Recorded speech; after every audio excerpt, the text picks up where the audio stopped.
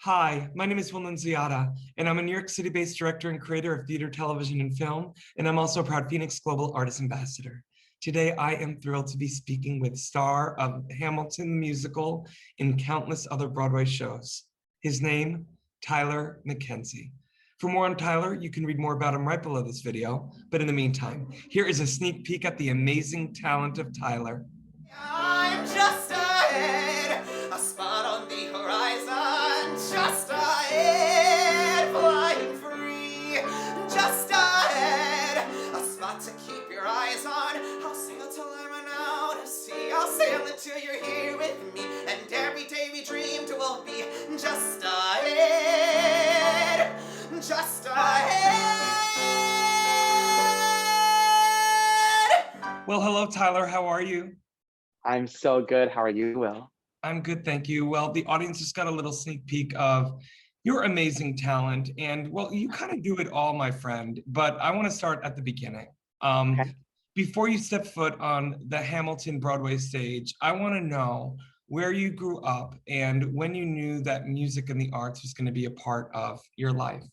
Oh, good question. I was born in Long Island, New York, and I spent my time listening to CDs and cassette tapes of like Sammy and B2K and all these like really awesome young artists. That was like a big thing back then, alongside Aaron Carter and all that stuff. And I wanted to be a recording artist. I wanted to be in the studio, and I was always singing.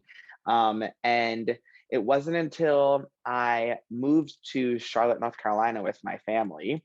I went to a magnet arts school and I saw musical theater. I saw people dancing and singing, and then I saw people doing more dancing. And I wanted to do all of it. So I put myself into dance classes in high school. And that was when my junior year was when I truly decided to do all three. Focus on the acting, focus on the singing, as well as the dancing, and do my best to excel in all of them.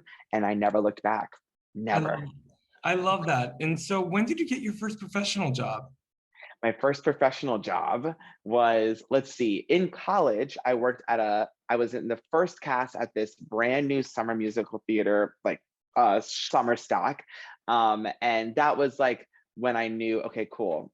This is gonna be cool. This is gonna be awesome. No matter Where'd you go to how, college? like, I went to college in Western Carolina University, a small school in North Carolina. Nice.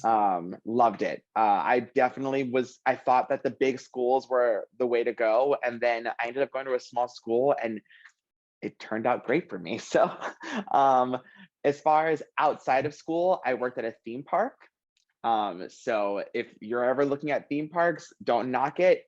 You never know who you're going to discover. How many people do we know that have Tony Awards, Oscars, Emmys, Grant? I mean, that is, talk about prepping for an 8-show a week schedule. I mean, how many shows were you doing a day?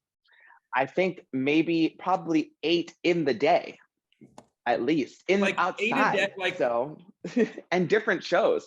Obviously, they were shorter, but they were still high intense, and like the audiences were usually younger, so they just giving you so much energy to give so much back. It was the training that I never thought I needed, you know? Yeah. So after that, I went into Mamma Mia. My Mamma Mia journey is very long and still to this day pays my bills sometimes. Hey, God bless. You know, listen, yes. I love your energy. I love that you have this, to use an improv term, you seem like you have like a yes and personality, that whatever it takes, whatever comes your way, you take it, because in addition to your performing, you're also an amazing choreographer, director, as well as an educator. But, you know, back to the performing for a moment, I'm sure so many people look at your resume and they see so many great shows that you've been a part of. But Hamilton, I know that there are so many kids out there who are going to ask you after this interview, Tyler, how do I get to Hamilton? And I think what kids maybe don't realize is the amount of sacrifice that it takes, and the hard work, and the focus on the craft, you know? And because in today's world, I feel like a lot of kids, they just want to get famous quick, but they don't realize about the craft. Can you dive into that a little bit?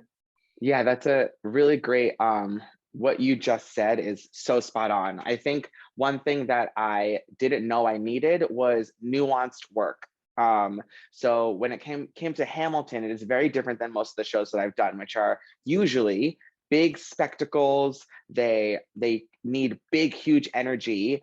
But with Hamilton, it is there are very little people on stage. The ensemble there's only 6 men, 4 of them all dancers, and then 4 female dancers and 1 other on stage ensemble member. And then you have the principals.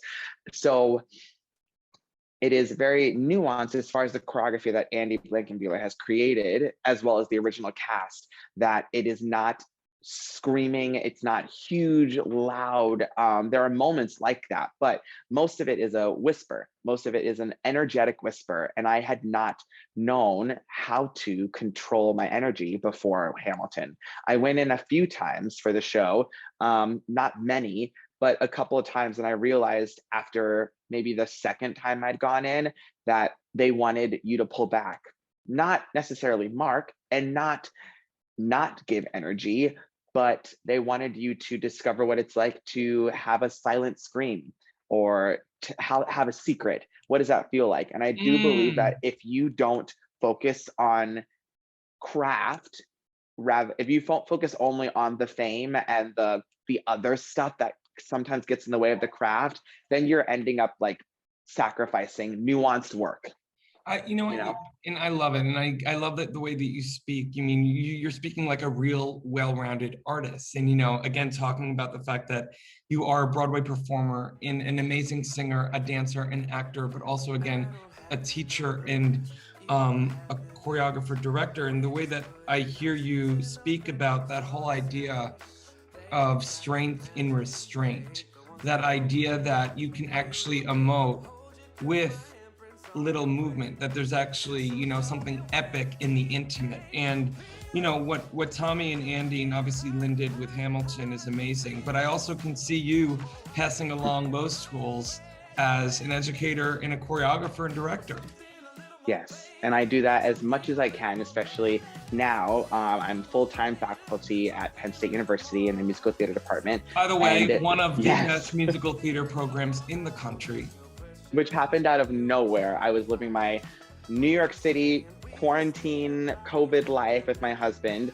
We were doing pretty well, thank the universe. And they needed somebody quick to fill a position. I got a text message from a friend. I got an email from the director of the program. I met with some people. I did a few mock classes, and then ended up moving to Pennsylvania in like 2 weeks after getting the job. So we had to pack up all of our stuff and move to central Pennsylvania. So yes, I now live in Pennsylvania for about 2 years. It's a 2-year term until I return back to the performing side of things. Well, that's amazing, Tyler. Well, you're very young, and that's amazing that you're just kind of, again, following the road of showbiz as she sometimes likes to traverse. But, when I think about you coming on board FENIX as an artist, I just think about what a beautiful opportunity it's going to be, not only for you to connect, with more fans, but also more so as an opportunity to collaborate with other artists in the East, because, this is an app that is really looking for an opportunity to connect artists from all not only around the country, but the world. And, I'm excited for you because I feel like you have so many tools in your tool belt. And as we know, art is such a universal language. Right. And you have just such a transcendent energy. And I'm excited for you.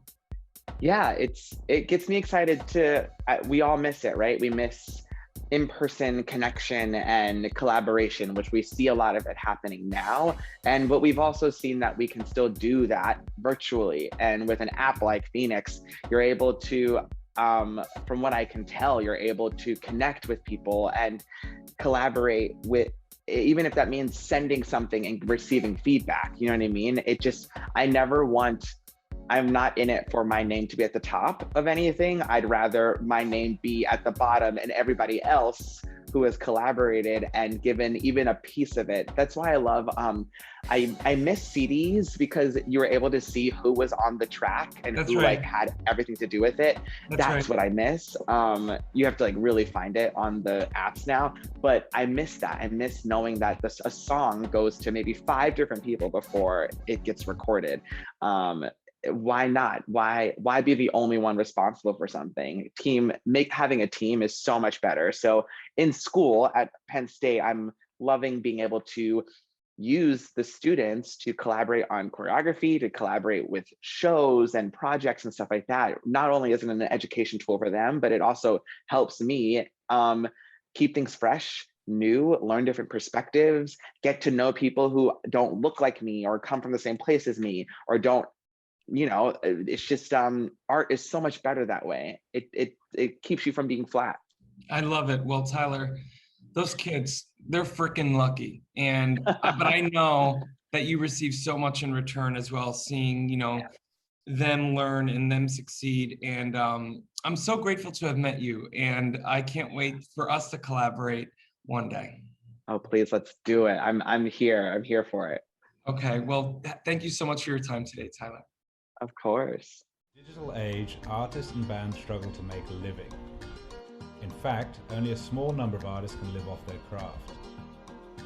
For the 98% of artists that don't have the luxury of being signed to a label, it's tough.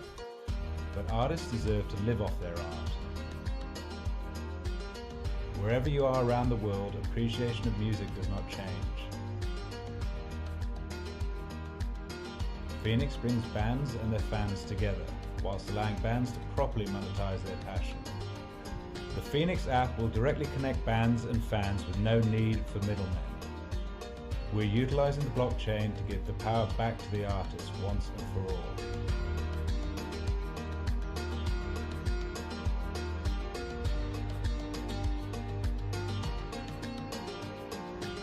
Join FENIX, join the change.